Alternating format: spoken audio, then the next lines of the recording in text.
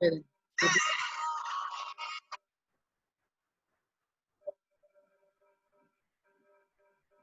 So today we'll discuss about the glaucoma drugs. Okay. So already I have covered the about glaucoma medicine. So just today I will just overview about the anti-glaucoma drugs and what do you mean by glaucoma. Okay. So anyone in class can tell me what do you mean by glaucoma? When we can, how will we define glaucoma? What are the criteria that we have to see to diagnose the glaucoma?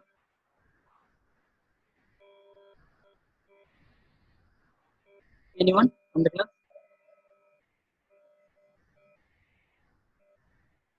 Voice clear नहीं है. Okay. My question is for you that what is glaucoma?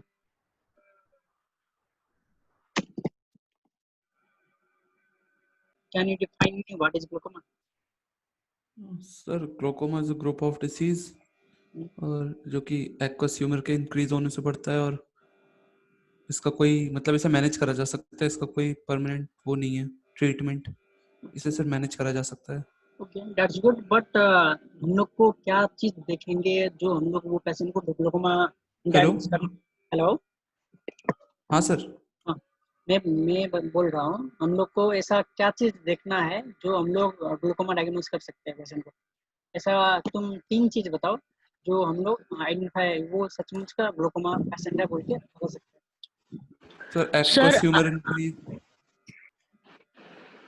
Anyone? Sir aqueous humour बोला. Aqueous humour का level. Just leave the aqueous humour now. Sir IOP increase हो जाएगा. Okay 1 glaucoma. Sir optic nerve damage होते हैं. ये second point. और sir visual field loss. Okay, so these are the 3 points that we have to consider to diagnose the glaucoma. Okay, so at first हम लोग को देखना है intraocular pressure हम लोग को कितना इंक्रीज हो रहा है. ठीक है.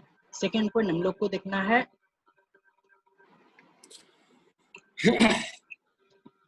हाँ सेकेंड पॉइंट हम लोग को देखना है ऑप्टिक नर्व डैमेज कितना हुआ है पेशेंट का. ठीक है. थर्ड पॉइंट हम लोग को देखना है विजुअल फील्ड उसका कितना डैमेज हुआ है. तो ये सब जैसे हम लोग ऑप्टिक्स नर्व देखेंगे वो पेशेंट को डायलेट करके ही देखा जाएगा. ठीक है. जो विजुअल फील्ड वगैरह सब देखेंगे हम लोग कितना लॉस हुआ है वो एसबीएफ करके ही देखा जाए. तो ये 3 चीज है पेशेंट को ग्लूकोमा डायग्नोस करने के लिए. ठीक है.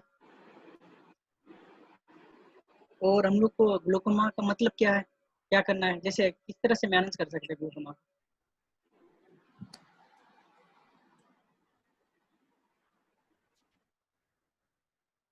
मैंने बताया था ना कोई भी ड्रग्स वगैरह सब हम लोग जो भी एंटी ग्लूकोमा में प्रिस्क्राइब करते हैं जस्ट हम लोग क्या देखते हैं वहां पर एक डिक्रीज द एक्वस प्रोडक्शन और दूसरा increase the aqueous outflow.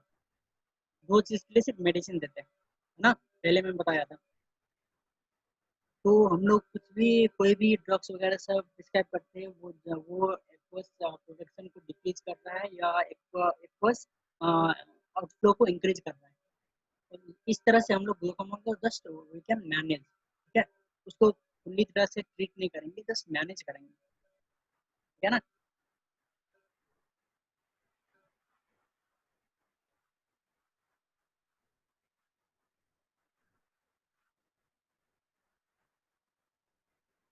Also, summary of the glaucoma medicines can be found in eye emergency manually that I have already discussed about the CAI. Okay, so patient may be on multiple glaucoma medicine and become confused in their management, especially in the elder. So जो भी patient Elder वगैरह सब रहता है glaucoma medicine वगैरह सब ज़्यादा चल रहा है तो मेडिसिन वगैरह सब हम लोग को पेशेंट को समझाना है इसका साइड इफेक्ट क्या हो सकता है इसका टॉक्सिसिटी कितना हो सकता है. ठीक है. इसका ऑकुलर साइड इफेक्ट क्या है और फ्रिक्वेंसी कितना होना चाहिए उसका कंसंट्रेशन कितना होना चाहिए सब कुछ हम लोग को क्या करना है पेशेंट को अच्छे से काउंसलिंग करके ही मेडिसिन देना है. Okay, so there are the potential side effect and contraindication that we have to explain to the patient, each of the patient. Okay, every patient we have to tell the side effect and contraindication of the any kinds of drug like timolol and beta optic are the beta blocker and acetylazolamide and dimethyl is sulfonamide. So these are the things that we have to know.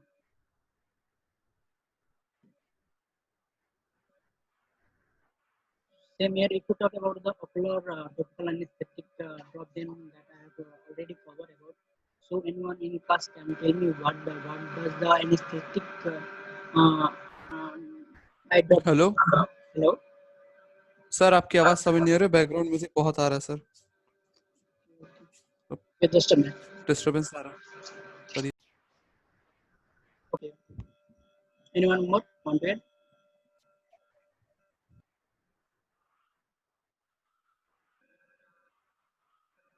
और जैसे हम लोग anaesthetic आई drop वगैरह सब use करते हैं ना, तो वो किस तरह से हम लोग को, जैसे कोई भी सेंसेशन वगैरह सब हो रहा है हम लोग का कोर्निया में, नहीं तो हम लोग का बॉडी में, तो वो डायरेक्टली क्या करते हैं हम लोग, जैसे ड्रॉप वगैरह सब यूज कर रहे हैं, दैट में be in topical way, that में बी ड्यू टू इंट्रावेनस वे।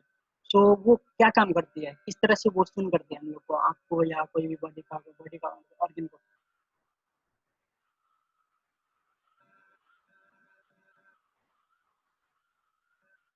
क्या चीज का ब्लॉक करता है वो?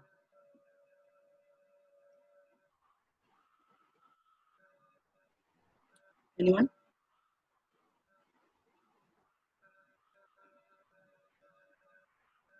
हेलो?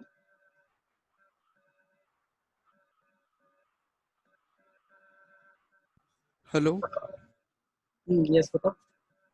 हाँ सर, क्या पूछ रहे थे आप? मैं पूछ रहा हूँ, कोई भी हम लोग अपना टॉपिकल एनेस्थेटिक आई ड्रॉप वगैरह से यूज करते हैं, तो हम लोग को एनेस्थाइज किस तरह से होता है, क्या चीज़ को एनेस्थाइज करता है जो हम लोग को कोर्निया वगैरह सब या हम लोग का आई वगैरह सब एनेस्थाइज हो जाता है? सर कंपनसेट क्या चीज़ होता है? कॉर्नी है, कॉर्निया एनालाइज करते हैं, क्योंकि सर जैसे आईओपी वगैरह मतलब मेजर करते हैं, तो उसके लिए सेंसेशन लॉस कराना पड़ता है। Hello, hello? आवाज आ रही है ना सर? आवाज आ रही है, ठीक है। जैसे हम लोग कोई भी टॉपिकल एनेस्थेटिक आई ड्रॉप वगैरह सब यूज करते हैं, वो डायरेक्टली हम लोग को क्या करता है, हम लोग का जो भी नर्व्स वगैरह सब रहता है ना, उसको जाके ब्लॉक कर देता है। जो हम लोग का नर्व्स वगैरह सब ब्लॉक करते हैं ना, तो वो हम लोग का जो भी कोर्निया वगैरह सब कोई भी वहाँ पर हम लोग कौन सा नर्व वगैरह सब हम लोग कोर्निया में यूज होता है, किसी को पता है?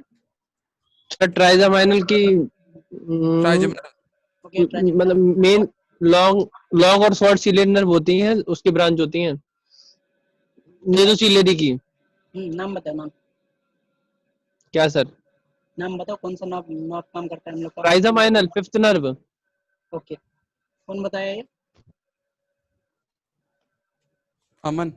अमन, ओके। तो हम लोग का जो भी हम लोग का नॉब्स वगैरह था, उसको क्या करता है, ब्लॉक कर देता है। ब्लॉक करने की वजह से हम लोग का कुछ टाइम तक क्या होता है, कोर्निया वगैरह सब एनेस्थाइज होता है। ओके, सो हम लोग यहाँ पर देख सकते हैं, ocular topical anaesthetic temporary block the knobs condition in the cornea and conjunctiva. So if you take example, then anapomycin, that is 0.5% and that can come in 1%. So these are the, and also we are normally using Paracan in our OPD. So it also helps to block the knob in our cornea. So it helps to anesthetize the eye for a few minutes. Okay. So there is a quick onset for the 20 to 30 per second, and duration it will be long last for 10 to 20 minutes. And if you talk about the dose swelling on the and the installation, so we should not use in the case of the penetrating eye injury, because why do we do not use the anesthetic eye drop in any corporate cornea or any kinds of injury? Can anyone tell me? Sir green. Green, okay. तो हम लोग कोई भी Seidel test वगैरह सब करते हैं, तो वहाँ पर हम लोग फ्लोरेसेंट स्ट्रिप वगैरह सब का यूज करते हैं। तो फ्लोरेसेंट स्ट्रिप हम लोग से जिस तरह से कोई भी टॉपिकल आई ड्रॉप में डिप करेंगे और डायरेक्टली हम लोग कॉर्निक्स में जाके वहाँ पर स्टेम करेंगे, तो वो कवर फ्लो में हम लोग सिग्नल में देखेंगे तो वो ग्रीन कलर का अपीयरेंस होगा।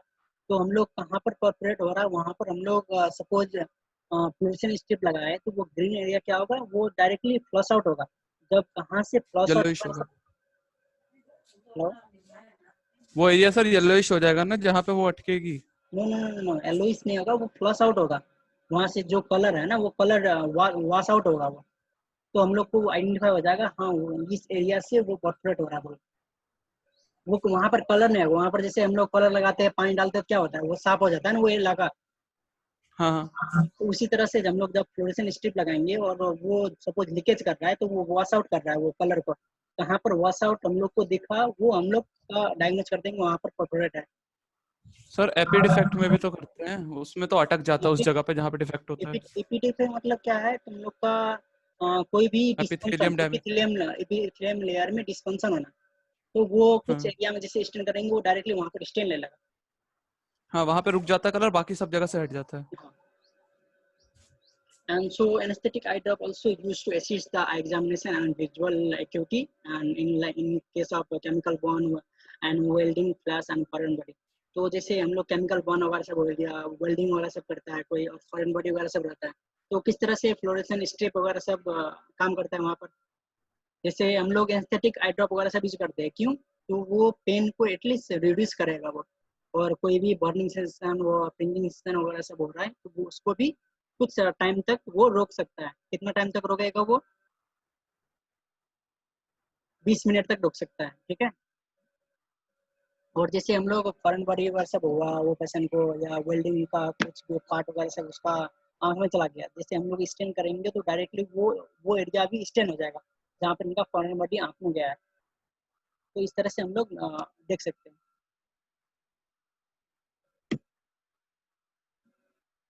So always we have to advise the patient, do not drop the eye for the last 20 to 30 minutes, and do not apply an eye pad during this time, and may wear the sunglasses or prescription glasses if eye is still affected or disturbed. So we must not be used for the long term pain relief। So कोई भी anaesthetic आई drop वगैरह सब है तो हम लोग long term तक use नहीं करेंगे, so, क्योंकि इसका भी एक टॉक्सिसिटी होता है। So patient must not be sent home with local anesthetic eye drop as retard healing। Okay, तो हम लोग को ये मालूम है एनेस्थेटिक eye drop वगैरह सब क्या करता है, सुन करता है, तो और ये पेन को रिड्यूस करने के लिए काम देता है। तो हम लोग को एड्रेस, हाँ सर ये पेशेंट का कंप्लेन है वॉकिंग का, पेन का, तो हम लोग एनेस्थेटिक eye drop वगैरह सब क्यों नहीं देंगे, ये क्वेश्चन आ सकता है ना। तो हम लोग क्या करते हैं, लॉन्ग टर्म एनेस्थेटिक आई ड्रॉप वगैरह सब नहीं देंगे, क्योंकि इसका भी एक साइड इफेक्ट वगैरह सब है।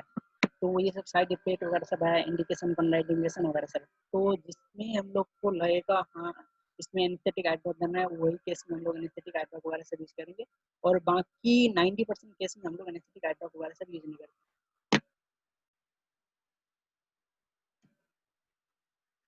So there are the key points. Like most popular drugs have the potential for marked systemic effect. So as I already discussed that every eye drop has their ocular side effect and systemic side effect, and it is contraindicated as well. So we have to know about each and every drug's indication and contraindication. Okay, and what are the side effects, what are the ocular side effects, and what are the systemic side effects. Then only we can counsel the patient nicely. So we have to read it first and know about the drugs very frequently. So always consider the correct storage. So we should know the exact storage of the eye drop, in which degree centigrade we have to put the any eye drop, and we should not place any eye drop in the sunlight, because it will contaminate, and what are the ingredients that might be breakdown. So eye medications are observed at a different rate, and so use the correct order for the insulin eye drop, as advised by the ophthalmologist. So each and every eye drop has the systemic side effect and ocular side effect. So if the ophthalmologist suggests how to install any kinds of order, in which what are the frequency and what are the duration for it, so we have to look it for, and only we have to install the eye drop, and also we have to follow the what are the procedure of the installing of the eye drop. Okay, so do not forget to ask the patient if they are presently using eye medication. This will indicate the current ocular disease and disorder. So we have to ask this in the history part and mention. Okay, so eye drops or ointment are never installed in a penetrating eye injury. So these are the one most important point. If the patient is having any kinds of injury, that mean that is in case of painting, like in corporate, we should not install any eye drop and ointment. Okay, so these are the points that I have discussed, and thank you for this. So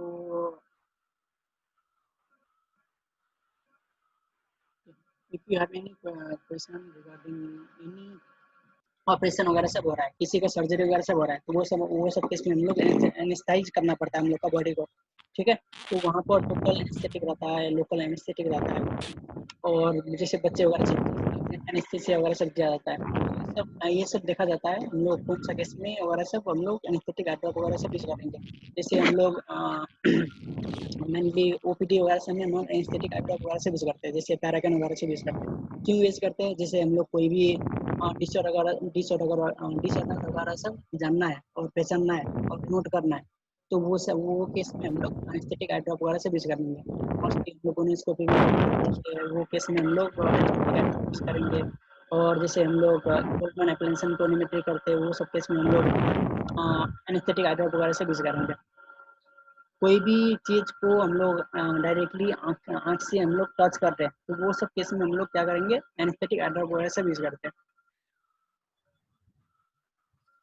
हम लोग को मालूम है करते हैं, मगर हम लोग को पेशेंट को कभी एडवाइस नहीं करना चाहिए एनेस्थेटिक आई ड्रॉप वगैरह से यूज करने के लिए, क्योंकि उसका भी एक साइड इफेक्ट वगैरह सब है और टॉक्सिसिटी वगैरह सब होगा।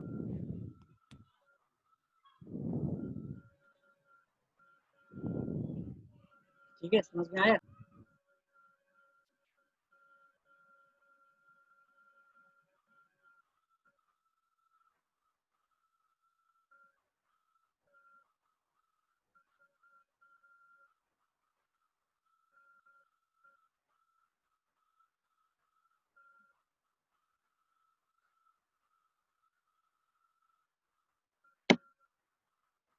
और किसी को क्वेरी है कोई?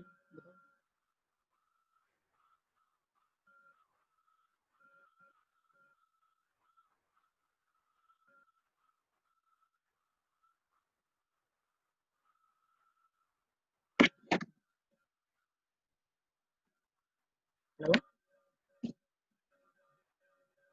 ठीक है भाई, धन्यवाद।